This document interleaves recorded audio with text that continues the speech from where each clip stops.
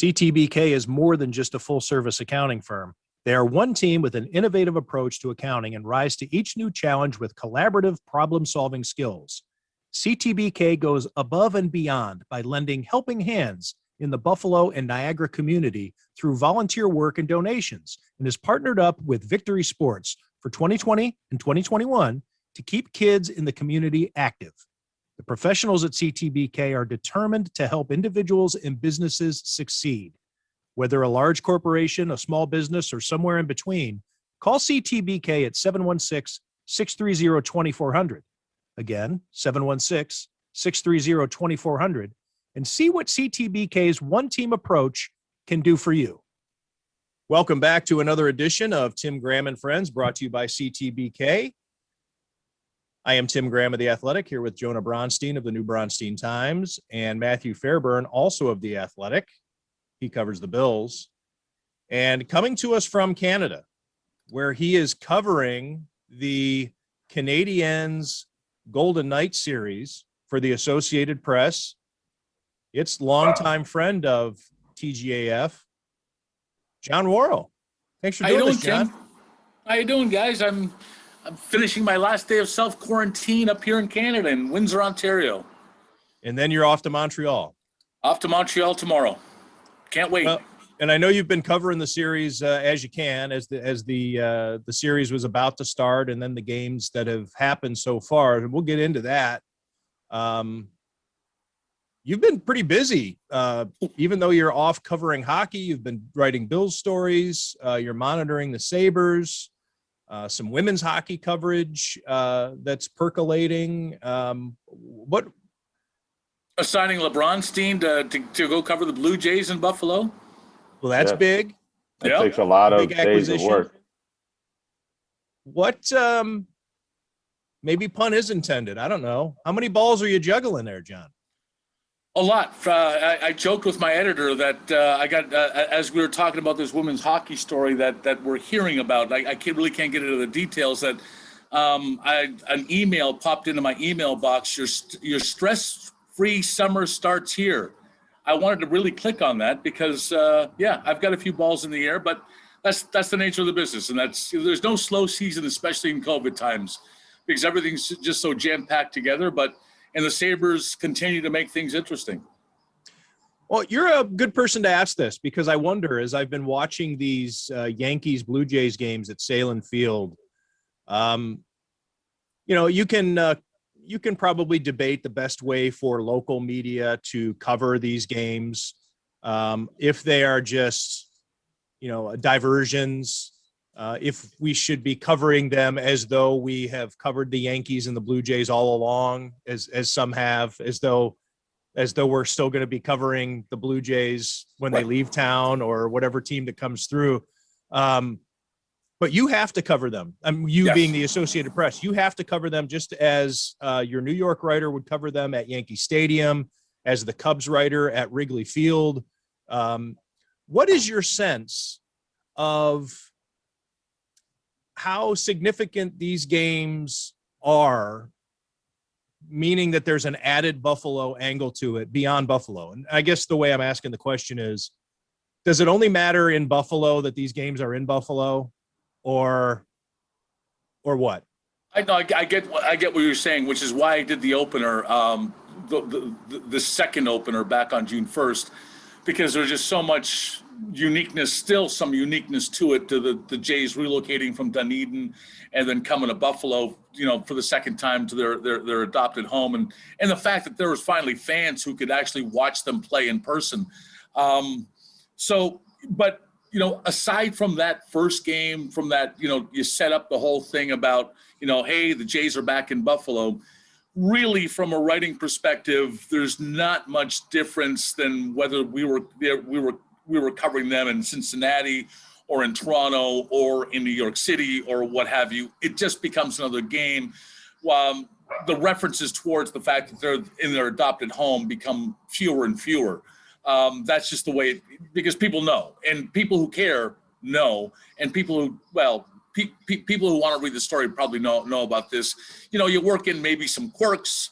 You work in the fact that, the Yankees in town, how Buffalo is still a big Yankees market, and I could see that from just I actually get a chance to watch the Blue Jays on TV up here in Windsor because we get them on Sportsnet. So the cool thing was from a Buffalo perspective, being in Canada, was actually seeing my hometown once again on TV from where I grew up, and seeing the 190 in the background and just all those familiar fixtures that you see, and the granaries and that parking lot, which really the parking ramp, which really stands out and makes things look ugly.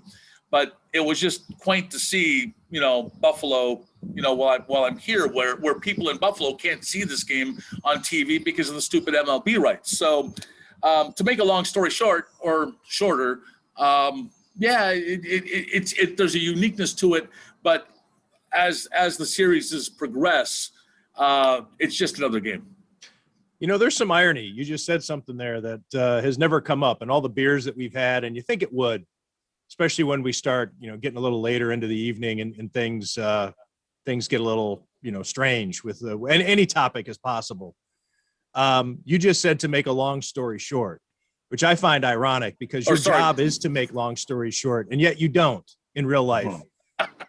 But I'm saying that because I'm going to insult myself because I'm the same way, but at least my job is to make a short story long. So that's kind of what I do. You live like an alternate life when you're speaking as opposed to writing. I do. I'm a gabber. I like to go off topic and segues, and whatever comes into my head seems to pop out of my mouth. And that's my endearing quality.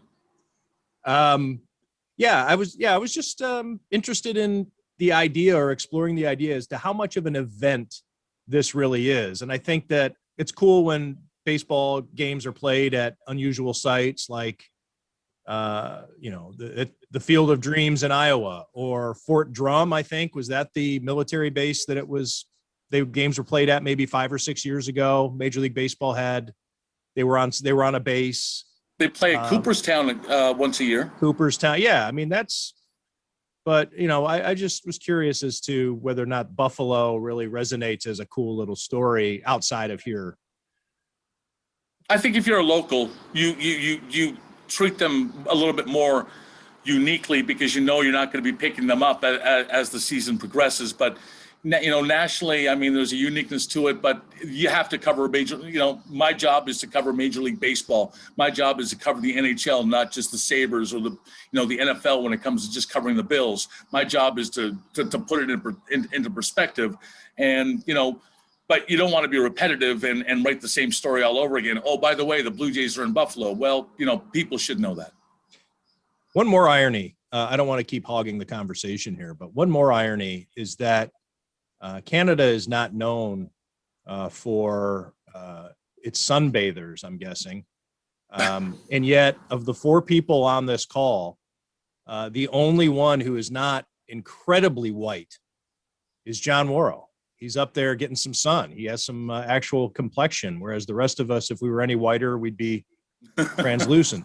What do you mean by incredibly? Like you just cannot believe how white I am? To the highest degree, to the highest degree of paleness. I've gotten some sun. I don't know what you're talking about. I've been outside covering practice. I mean, you've done a good job covering your face. But you wear that hat, don't you? Yeah. Yeah, I wear sunscreen. I mean, got to protect myself, but I have gotten sun. I don't believe in sunscreen. It's an interesting. Is that because of the new baseball rules and the sticky stuff? Yes. Sunscreen and rosin. I thought he needed do more research on it before making up his mind. I've done some research. I think that it depends on the sunscreen. There's different kinds of ingredients, but some ingredients might do more harm than good. And the sun is actually good for you. You really shouldn't be blocking all of the sunlight that you can get on your skin and your face and your shoulders and arms. Would you suggest I would be better served getting sunburns because they're extremely painful? Well, you do want to avoid sunburn. So you want to get enough sun without it being too much sun, and doing things like a hat or long sleeve are better ways to keep the sun off your skin than the sunscreens. The sunscreens absorb into your bloodstream and might mutate your genes. And some people, I don't know if you know anybody, I know people in my family that have gotten skin cancer. I don't know why I'm laughing. They wear sunscreen every day of their life and still got skin cancer because some of those ingredients are, carcinogenic and may not actually keep the sun from doing its damage. And it's debatable whether the sun really causes skin cancer. It mutates your genes, you're saying. Gene mutation is something that happens with a lot of different substances that you eat or put on your body. And it's one of these things that's kind of like processed food. The sunscreen industry, the SPF industrial complex is a little bit out of control. And you don't need to slather on SPF 45, 50 every time you go outside the house. You do know we're recording, right? Well, Tim said we were freewheeling today, and well, I do know that when doctors do. I'm told that doctors in Buffalo and like northern climes, do prescribe a lot more vitamin D because we're not getting enough, when it comes to being up here because just the lack of sun. Yeah, that's part of it. And think about what animals put on sunscreen. None, and they all go and seek out the sun. It's a come on, man. Big Sunscreen might be watching this episode, so you better. We need to get this back on the rails. How many? I try not to ask sunscreen. I try not to ask people. How many? Name one. You're right. How many animals use 93 octane gasoline? I don't think we need to. I think 89 is fine. Yeah. I try not to ask people who put on sunscreen because that's a personal choice. So. Right. Well, I've chosen to protect myself with sunscreen, and that's fine. Perhaps I'll have to reevaluate that now that Jonah has brought some new information to my attention. There might be new protocols. I'm not anti-sunscreen, but I don't use it because I don't like the way it feels. And I am a sweater. And if I get out there and it just turns into a mess, so I just look for shade. I'm always in the shade. Smells like chemicals. I like the way it smells. Actually, I like that. Yeah, it smells like vacation. It smells like relaxation and reminds me of being on vacation on the beach somewhere. Smells like the ocean, Kramer. Yeah. John, what are your updated thoughts, since we haven't spoken to you for a little bit, regarding the Sabres coaching search? Or I should say coaching vacancy. Let's leave it as wide open as possible. Well, I mean, I'm told things are progressing, but how quickly they're progressing remains to be seen. I know there's nothing. We thought that maybe things might shake out a little bit faster, especially now that Rod Brindamore this morning officially signed that contract extension. I don't think there's something, don't hold your breath as to something happening over the next day or so. I know I get into trouble when I say that because I'm not anticipating anything while I'm traveling. Things have been progressing. There have been out of talks. Respect for your schedule, you think? Out of respect for your schedule, the Sabres aren't going to do anything while you're traveling? I have actually asked about that. But I've asked people about that. And I'm told I should be fine with my drive tomorrow. So that's why I say don't hold your breath, but that's essentially where that is. But I know there have been a number of interviews. One of the people that weren't interviewed was Gerard Gallant. There was a sense among hockey circles that the Sabres, he didn't talk to the Sabres. The Sabres weren't on this list because there was a sense once he came back from the World Championships that he already had a job lined up, and the guessing was either Seattle or the Rangers, and he wound up with the Rangers. So there's that. But guys like Nate Lehman, I believe the Buffalo News from Providence, the Providence coach, the Buffalo News has reported that the Swedish national team coach has interviewed. But in the big picture, Don Granato still remains firmly in the mix from everything that I've been told over the past week. And there's still a firm belief that he is among the final candidates. And I think the Sabres, there was a report, and I believe this too, I haven't confirmed it, but the Sabres were looking to talk to the former Islanders coach, who's now an assistant with the Ottawa Senators, Jack Capuano. But for some reason, the Senators have blocked that interview, which is a bit surprising. So I do know that there were other people that the Sabres wanted to talk to over the past week. and nothing has come up unless that's some of that's changed. So I'm expecting something next week, perhaps, but nothing on the imminent horizon, for however you want to say that. I still think Don Granato is the best choice here, given all the candidates. Rick Tocchet, I believe, interviewed with the Sabres. I've lost track because I'm in self-quarantine. He was in Buffalo about a week or 2 weeks ago. I'm not sure. So, but I still think Don Granato is the guy because he's most familiar with this team, has gotten the most out of this team. And if you're watching the playoffs, you're looking at what Dominic Ducharme has done with the Montreal Canadiens.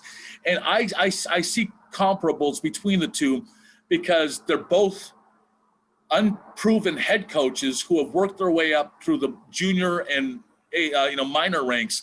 And they've got a pulse of their team and seem to know how to get the most out of it.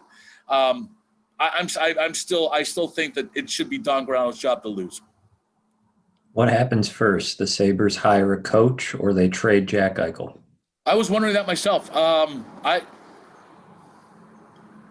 Do the two matter? Are they connected in any way, or do you think it's just a matter of happenstance which one happens first? I think it's a matter of happenstance. The Jack Eichel stuff is heating up, but I don't think the two are connected at the very least. It doesn't seem that the Pagulas or Kevin Adams are interviewing the types of coaches like a Mike Babcock, for instance, who would want to have say in something like that, or to make it a requisite of, look, I'm not taking the job unless I can have some sort of, say on Jack Eichel and the trade and things like that. These are the types of coaches that want to be a head coach. Obviously, when you're talking about the Buffalo Sabres, you're talking about guys who are willing, they just want to be a coach, or else if they had options, they probably wouldn't be looking in Buffalo. I would have been curious to see the stakes would have grown greatly higher had Rod Brind'Amour not come to an agreement with the Carolina Hurricanes. He would have been the top person on the market, and it would have been a bidding war. The belief would be he'd be landing in Seattle unless the Sabres would have to overpay. So that's an interesting question to raise. But I do think that the Sabres might have a small edge in the fact that Kevin Adams and Brind'Amour know each other. So there's that personal relationship and whether the two could work together. But then again, Rod Brind'Amour also knows Ron Francis. But it would have been interesting to see what happened there. But I agree with you. And I still think the coach that comes into Buffalo to coach the Sabres needs to put his foot down in regards to how much say he and Kevin Adams have on the roster. I just don't know how clear. I don't know how clear that's been in the past, and I just think that there's been some pushback or emphasis from ownership to make certain deals, but I think that Kevin Adams and the next coach need to have the same symbiotic relationship that's hard to find that McDermott and Bean have. What's your sense of how I guess both the Jack Eichel situation and Jack Eichel impact how attractive this job is? Like, are coaches around the league worried about the situation, or, as Tim mentioned, is there a guy that's like, I want to coach Jack Eichel, or perhaps there's somebody who's intrigued by the haul that Jack Eichel could return? I think that's what made Buffalo not a landing spot for Gerard Gallant. He wanted something more established and especially something more sound as far as history goes. And it's a good starting point to have Chris Drury and as the new GM and Gallant being his choice starting together. I think that made the Rangers a lot more attractive. I think it makes Seattle a lot more attractive. So I think there is a hesitancy that, Buffalo just can't get its act together. I'm not sure if it's the Eichel thing to a degree. I just think it's the spotty history and the lack of continuity and how helter-skelter the whole situation's been with no coach lasting, 2 seasons since Lindy Ruff was on board. I say this knowing how many of these things you've covered in both sports. Is this the most unattractive coaching opening that you've ever covered? Oof. Well, I don't know. And I'm not saying from your perspective, more so from the what league perspective, from the candidates, less so maybe than from in terms of public perception and within the league perception. Obviously, we could sit here and debate, which if there was a Bills or Sabres opening that was less attractive at some point, but there was a Bills opening that was less attractive, and that's why they hired Dick Duran. That's also when they hired Chan Gailey, there was a lot of perception that big names were turning them down, and Buddy Nix had to come in and say he had to come out and kind of talk against that. That what did he say? Even Oakland, even people want to coach in Oakland and Buffalo. Something. John, I told John that, this is when you interview a guy from the Associated Press, he had to take a call. So we're going to mute him there. Maybe the Dick Duran hire, though, I would just mention Dick Duran at least was a former coach of the year when he was with the Chicago Bears. I don't know who the candidates were, but when they hired Chan Gailey, that was the time that Russ Brandon said they were shooting for the moon. And you were talking about Bill Cowher being interviewed and Mike Shanahan being offered the job and almost accepting it. And there were a handful of others. Harbaugh, wasn't he in that mix? John Gruden, when he was with Monday Night Football. Yeah, there were a lot of names. And I think the fact that they kept getting rejected by all these big names was really kind of hammered home to the fan base that this was not a job anybody wanted. And then when Chan Gailey got it, and that's the thing that I think really hurt Chan Gailey at the beginning of his tenure was the letdown from the fan base. Chan Gailey, as respected as he was and what he did for the Steelers, and he had been a very good offensive coordinator, probably deserving of the opportunity. Jerry Jones called it one of the biggest regrets of his ownership. Was that he fired Chan Gailey because he probably should have kept the job, Jerry Jones was saying. But I had written at the time when I was at ESPN that the Buffalo Bills went to Ruth's Chris for dinner and ordered the grilled cheese because they were talking about they were just going hot and heavy for massive names, Super Bowl winners, guys who might be in the Hall of Fame someday. And then they roll out Chan Gailey on New Year's Day. If they go with Don Granato, even if that's a wise and hockey-based, well-thought-out decision, won't it look like they couldn't get anybody else and they had to take the in-house coach that really couldn't say no to him?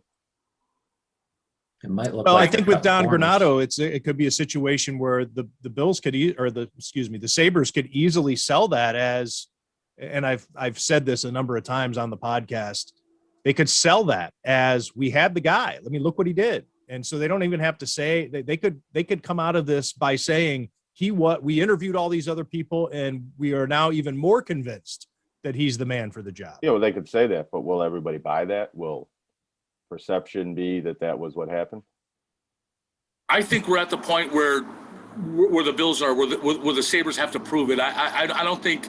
I think the Sabres can bring in Mike Babcock or Toe Blake, and I think he's going to have this. There will always be questions about this team. I think people have questions about Sean McDermott, a lot of questions about him. But I think it's time. It's going to come down to this group, the coach, the general manager, the ownership, proving it that they could win. We're at that point. No matter who they bring in, it's going to have questions about them. I have breaking news, though. Yeah, what's this? Break it. Well, and sorry for, I can only say that it looks like the timeline on a coaching search, the coaching decision for the Sabres is going to be, it was supposed to be around in July, and now it looks like we may have something within the week. Huh. How about that? That's good all news. I can say. That was the call. I just got a call. I guess somebody's ears were buzzing. It's good news. Well, when I say it's good news, when I say it's good news is get it over with so we can all enjoy our July, which is when most Buffalo media members can go on vacation right before Bills camp starts. So the longer into July you go, hey, you know what? You want We your do coach, have the draft. Yeah, don't you want your coach in that seat for the draft, or does that matter? Well, no, you do, but the belief was it was going to be early July. The draft isn't until like the 23rd of July. Is the pandemic and the travel restrictions with the border and people traveling from Canada to the U.S. affecting the process? Was it slowing it down, and maybe it's accelerating now that some of those rules are, we think, going to change? That I've not heard of, and I'm not aware of anybody that the Sabres have spoken to who is from Canada. So I'm not sure if that played a factor. I think it's either been, and obviously you could do a lot of Zoom calls and stuff. And Talkett was in town. Some of the coaches, some of the U.S.-based coaches have come to town. I'm not sure where. I believe it's Kronberg, who's the Swedish coach. I'm not sure if that was a Zoom call. I'm not sure what the Buffalo News reported on that. But we're getting down to the short straws in the sense that we're now approaching the point where there are interviews going to be happening with ownership, and those are going to be taking place in Florida. On the yacht. Pardon me? I said on the yacht, super yacht. You're goddamn right. It's going to be on the yacht. If you want to, although trying to convince Don Granato to take the job versus a Mike Babcock, do you need to really roll out the yacht for Don Granato? Probably not. If you want to throw pontoon boat, it's a good place to kill somebody. Also probably go to Bojangles for chicken sandwich. I'd say there's a weird financial component there, right? It's been, thought that they'll try to pinch pennies and cut corners, and, they've really squeezed the hockey operation as a whole, but then you're going to try to woo one of the main pieces of your hockey operation by sitting on the yacht. You're like, see what all that, see what all those budget cuts, see what it got us? Got you this nice interview. You'll probably be on here once a year, but this is the end game. This is why we're trying to save some money. That is a great point. I have 8 scouts, but you have 12 people working on this yacht, making sure that your dinner is going to be ready. Yeah, if you're Mike Babcock and they're trying to woo you on the yacht, but they're also trying to get you. Can we stop for a second, and can we properly say super yacht from now on? You're trying to woo Mike Babcock on the super yacht, and he said, but you're also trying to get him to take a little bit of a discount on the salary. He's going to look around and say, what the hell for? Now, if you take him to Bojangles and get him a chicken sandwich, he'll be like, wow, these guys they're having a tough time. And it's the choice of soup or yacht. Right. I bet Jonah's that Mike Babcock today. would have. I bet Mike Babcock would leap at this job right now because he wants so much back into the business. Yeah, he's a diminished product right now. He needs to rehabilitate himself. He failed on the largest stage. His players turned against him and the whole thing. While we're still on the Sabres, though, before we talk about some NHL topics, and most notably the series between the Canadiens and the Golden Knights, we've already talked about the Eichel trade in general as it would apply to the coaching search. But what are you hearing on that, John? On the Eichel trade, they've had talks. I have no insight on what the result of the talks were, but the injury and the trade are totally two separate things, I believe. We would have gotten to this point, whether he hurt his disc, neck, or any other part of his body, that there was a push on to trade Jack Eichel shortly after Kevin Adams' arrival. And I think the rumors that we heard, the speculation that we heard, that Bob McKenzie actually went out of his way and confirmed the fact that the Sabres weren't shopping Jack, but they were listening. This was going back to September, that the belief was, even back then, they've been looking for it. They've been offering Jack Eichel for quite some time. So whether he got hurt or not, I think we'd be at this point, and maybe he would have been traded by now had it not been for the whole injury kerfuffle. My guess, and this is a guess, I have no insights, but based on if I connect the dots, I have a feeling that the new team is going to have to deal with Jack as far as the surgery question goes, and have to be okay with how things go. But from everything that seems to be out there, he could be traded before the draft. I would imagine, though, John, that any trade before there are any finality to it, that obviously you have to pass your physical, but Right. those things are usually done. The trade's announced and then you have your physical.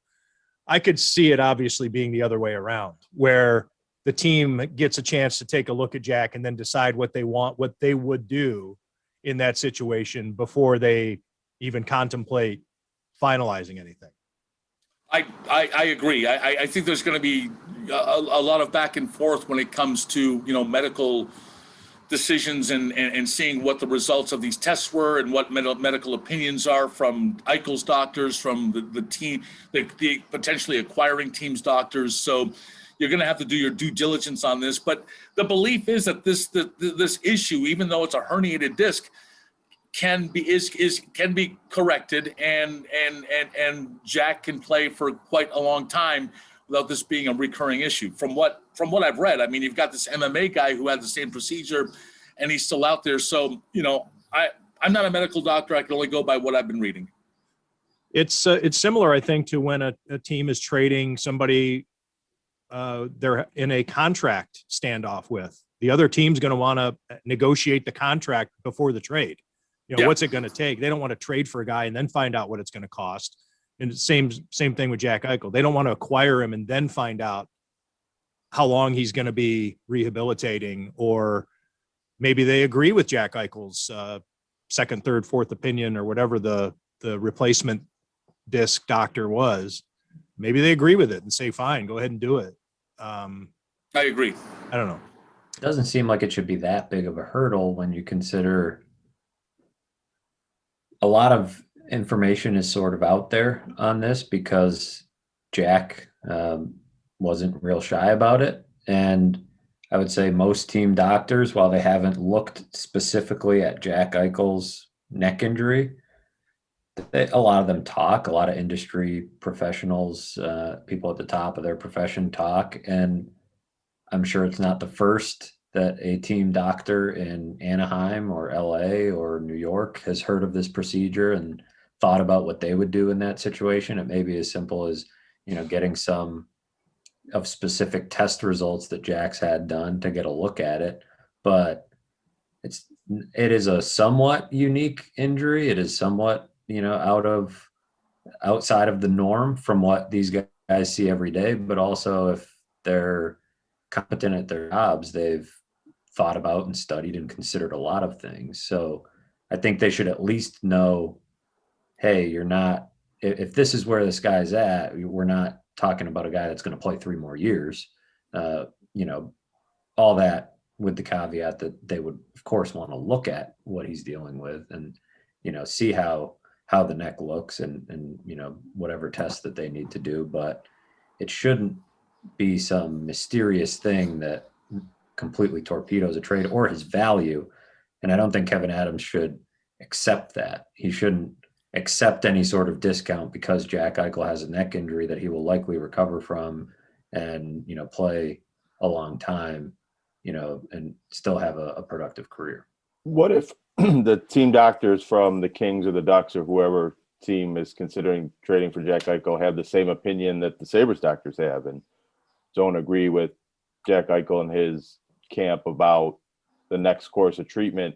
Would a team want to just inherit that situation, or does the part of the trade have to be a team that is on the same page as Jack Eichel as to how to go forward with this? That's where we might learn more about Jack Eichel. And I say might, because what happens if, like you say, Jonah, and he said, and the LA Kings want to trade for Jack Eichel, but they want him to do the same rehab that the Sabres doctors insisted on. And then we hear Jack Eichel say, okay, Yeah, well, if the team is winning games, do you trust the doctors more, or is that related? Or he at just all? wants out. It doesn't Or just matter wants whether out. they're I mean, winning the or LA losing. Kings aren't winning games. Yeah, just put me somewhere and I'll do what you want. I don't want to do it. This is part of his leverage. He's using his injury as some sort of leverage. But I do think that if there's a team that he doesn't want to go to, let's say, I don't know, but let's say it's Calgary. You know, I'm not sure Jack Eichel would enjoy going to Calgary and going across the border and being as far away, almost as far away from his home as he can be, and in a different country with higher taxes.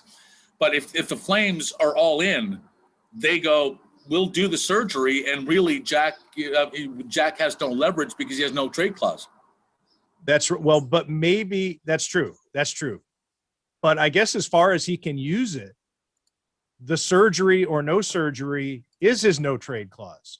Sure. Perhaps, and I know that agree. maybe, it is.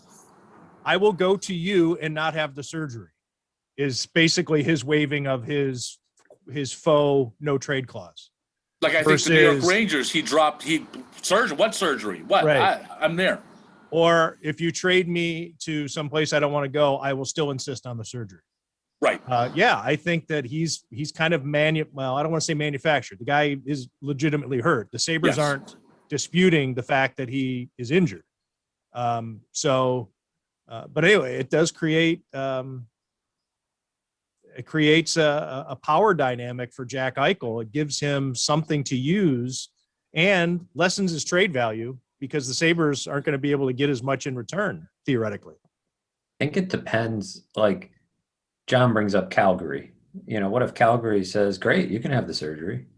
Then the leverage flies out the window. Right. Well, that's what John had mentioned. In theory, but it doesn't totally fly out the window because if the basic premise is that Jack Eichel is a disgruntled player that needs to be appeased and made happy, even that might not solve all of the issues. If he's not happy about being traded to Calgary, that drops his value because Calgary says, well, are we really going to sell the farm, give up these picks and these prospects for a guy that is going to be angry that he's here and cause us the same problems that he's caused the Sabres? So I don't know. He's put himself in a pretty interesting spot. He definitely has created some leverage in some way because he had none.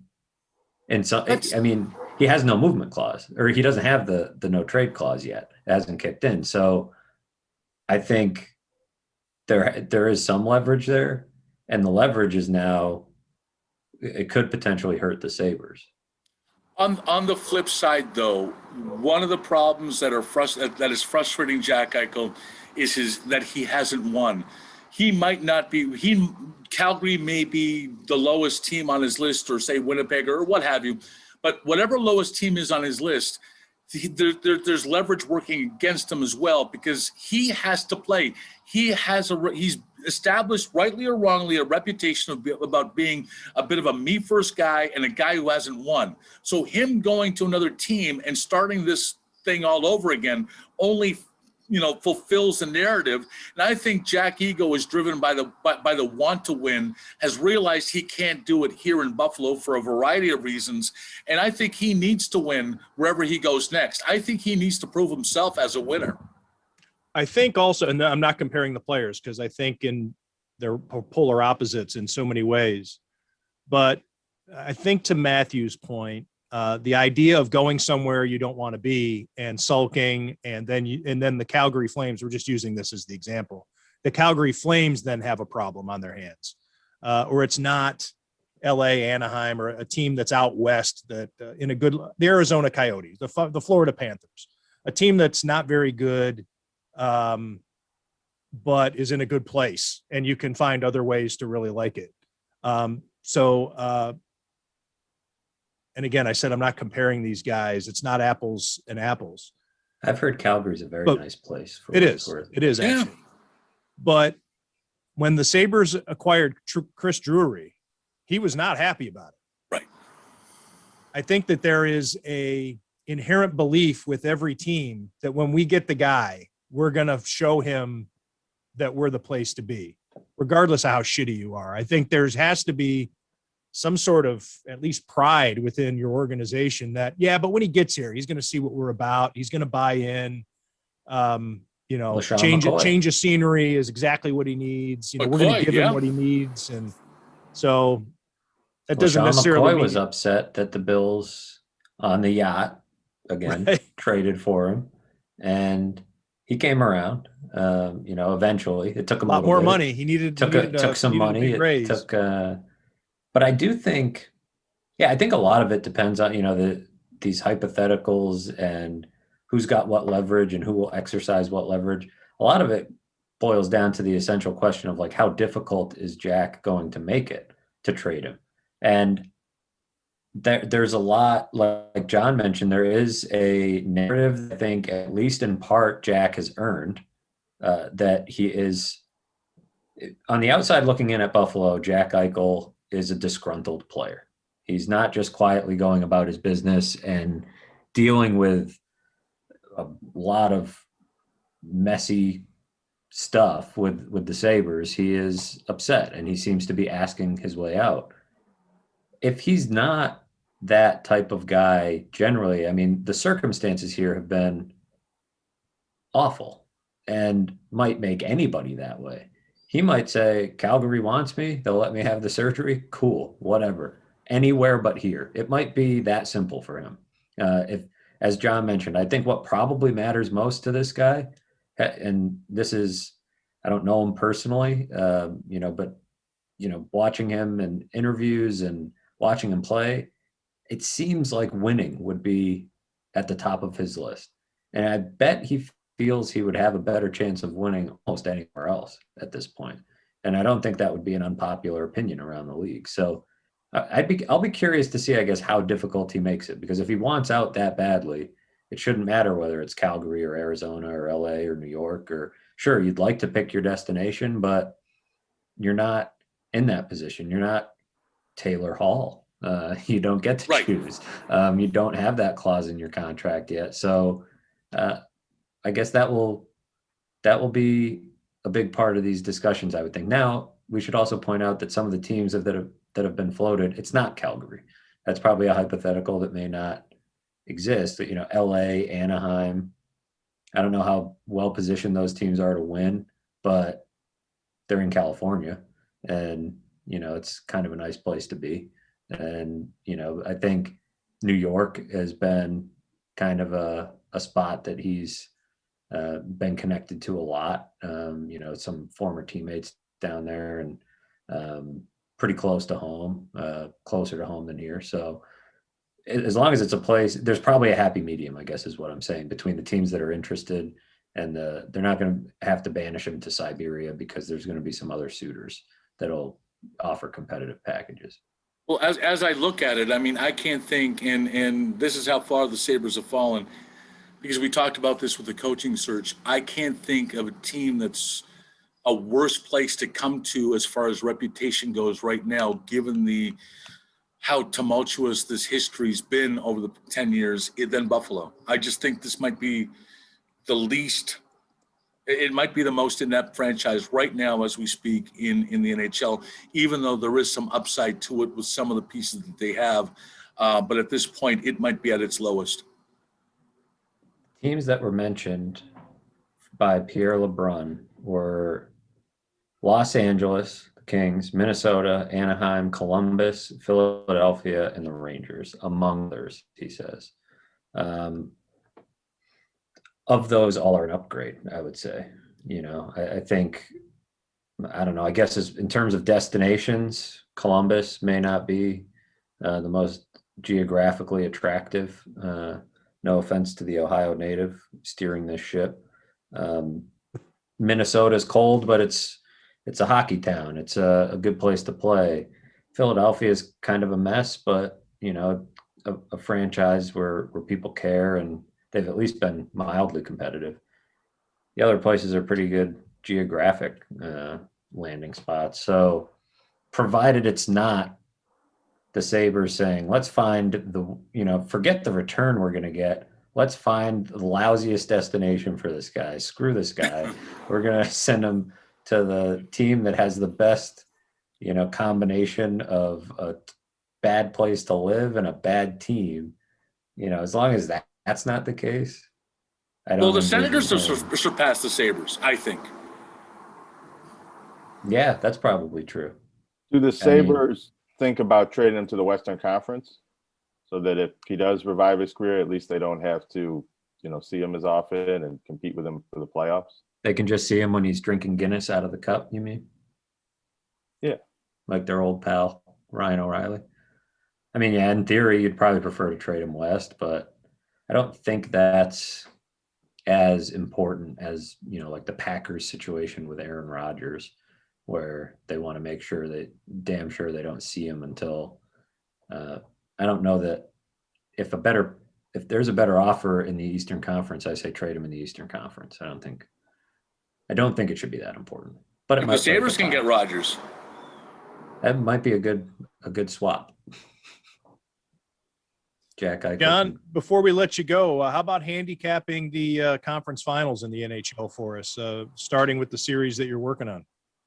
I'm very impressed at how the Canadiens responded. Last night with that win, it took some doing because they were outplayed in the second period and for much of the third. But it shows that the Canadiens are better than I think advertised entering the playoffs, and perhaps how they, as inept as Toronto and Winnipeg were during those series, I think Montreal deserves being considered the best team out of Canada because they're the most complete team. They've got Carey Price playing really well. I still think things favor Vegas. I think they've got a better team on paper, but better teams have lost to the Canadiens. So I'm curious to see how they respond in Montreal for Game 3 Friday night. But it's turned out to be an interesting series because it's not going to be a sweep.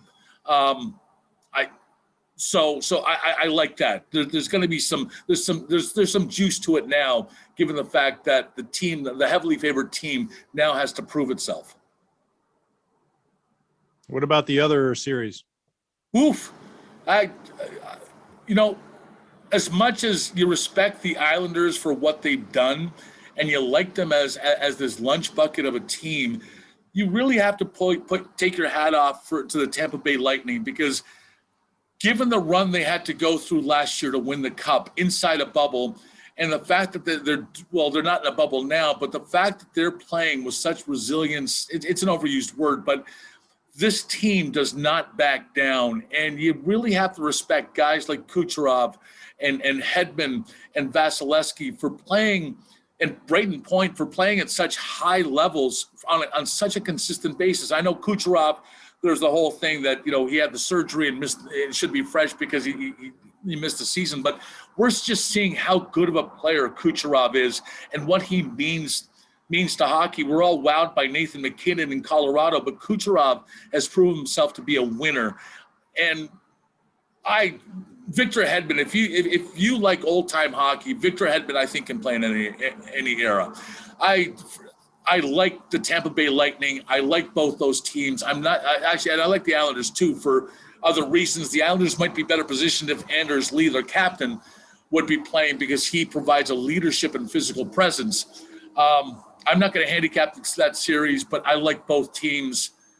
I just like both teams. It's so impressive to watch how the Lightning responded and how the Islanders opened that series. Any other questions for John Wawrow, boys? What exactly is a lunch bucket?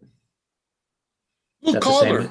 They got sand. Is that the same as a lunch pail, a lunch box, a lunch bucket? Well, lunch bucket, lunch to pail. Okay, sorry. I'm not very good at the whole cliches. Fairburn, you ever eaten at Huckle Buckets? I like it. They serve everything in buckets. Well, they have Clutterbuck. I'm going to look up lunch bucket.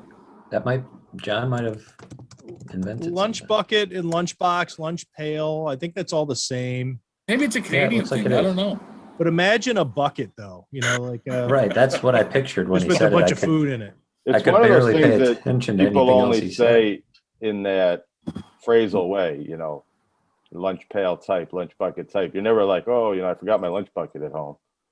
Well, I'm going to give John some credit here. I just looked it up on Merriam-Webster. Lunch bucket has an actual definition. It's a hyphenated word, lunch bucket, of, relating to, or possessing working class values.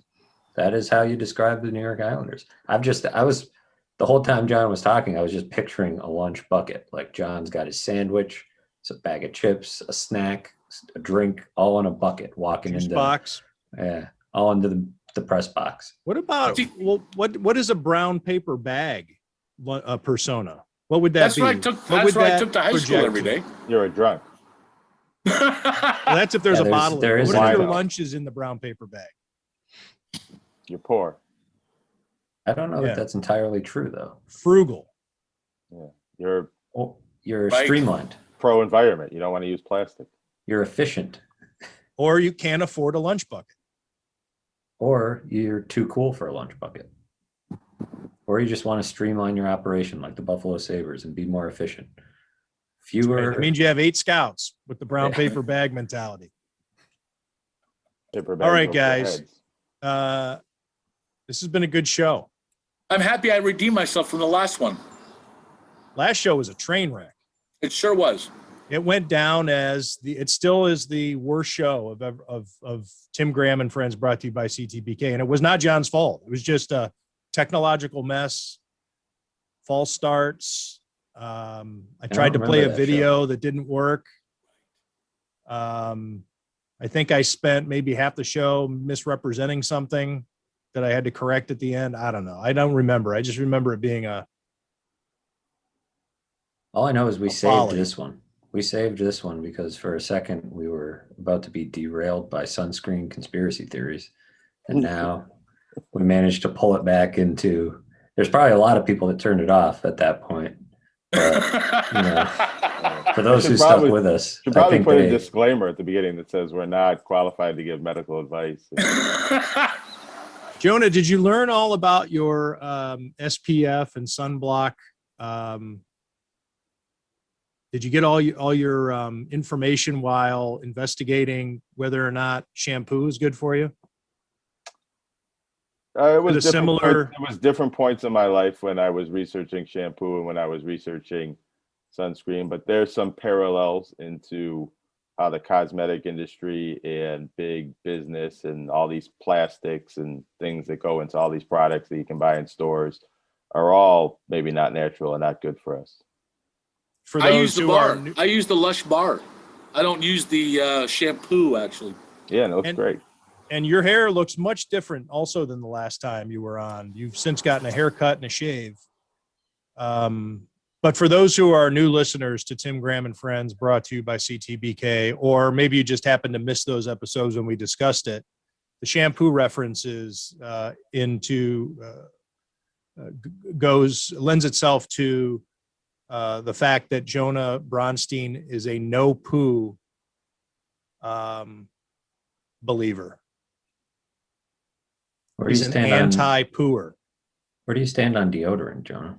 Oh, that's a complicated one because I've read a lot about how you shouldn't use the deodorants with aluminum, but there's really never been, there's a lot of studies about how it could be bad for you or theories, but there haven't been a lot of cases where people have actually gotten, maybe there have, but. And there's a difference. It should be noted. I think deodorant's okay for you. It's antiperspirant. Right. But there's also, like, how many people do you know that got cancer from their deodorant? I mean, it's sort of like a theoretical thing that never really came to fruition. How can we know? Because everybody uses deodorant. It's not like right. smoking, So we'd all where be you can dropping say, dead, right? Yeah, everybody uses deodorant, so it's hard to pinpoint that. Or really, probably back in the day when we didn't have deodorant, when the world didn't have deodorant, people were dying earlier. Yeah, I've tried to go no to sunscreen the back then either, and found that I just couldn't do it. And it's more about sweating and your skin feeling, irritated. Yeah, you got to be careful with antiperspirants that have aluminum in them because the aluminum will clog your pores. And there's a reason you need to eject some of that stuff from your body. It all sounds like a bunch of quasi-science. When Tim told me once that spinach isn't that good for you. Which that's right. It's a conspiracy. Well, yeah, it's a conspiracy. Popeye. It Well, was I've pushed read by a little the bit that guy. all vegetables are bad for you. How about that hot take? That sounds like a Bryson DeChambeau take. Well, He here's the doesn't thing. eat vegetables. The vegetables, the plants have evolved to be inedible. They like create their own poisons and anti-nutrients to keep people from eating them. And some of the reasons why, like fiber is an indigestible nutrient. So plants actually created themselves they don't want to be eaten by animals and people.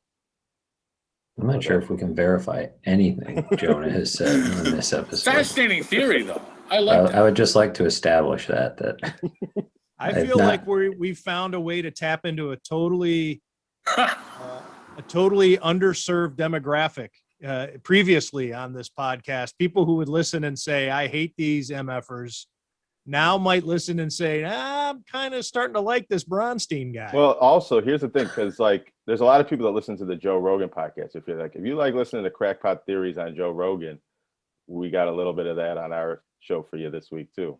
Good tagline. Jonah is our Joe Rogan. Yeah, Fear Factor. All right. My thanks to our in-house conspiracy theorist, Jonah Bronstein, who also thinks OJ didn't do it, But I'm about 60-40 on that. that he did or did not. I go back and forth on which one's the 60 and which one's the 40, but I can hold two competing thoughts in my head about that. We could do a whole show on that, on the alternative OJ theories and which ones I think have some merit and which ones don't. And maybe we can get OJ on to give his We opinion. probably can, although I don't know if that were the topic, he might not agree to it. So my thanks to Jonah Bronstein for bringing it this episode, to Matthew Fairburn and to John Wawrow for joining us from Canada, where he is covering the Canadiens-Golden Knights series for the Associated Press. I'm Tim Graham of The Athletic. Thank you for listening to Tim Graham and Friends, brought to you by CTBK. The financial needs of a business go beyond tax and attest services. That's why CTBK goes beyond accounting services and offers outsourced solutions through their affiliation with CFO Solutions Plus. These additional services allow clients to focus on their operational and long-term strategic goals. Trust CTBK's outsourced solutions to provide cost-effective, value-added financial services tailored to your company's needs. Call CTBK at 716-630-2400. Again, 716-630-2400. Or go to ctbk.com to learn more about CTBK's outsourced solutions.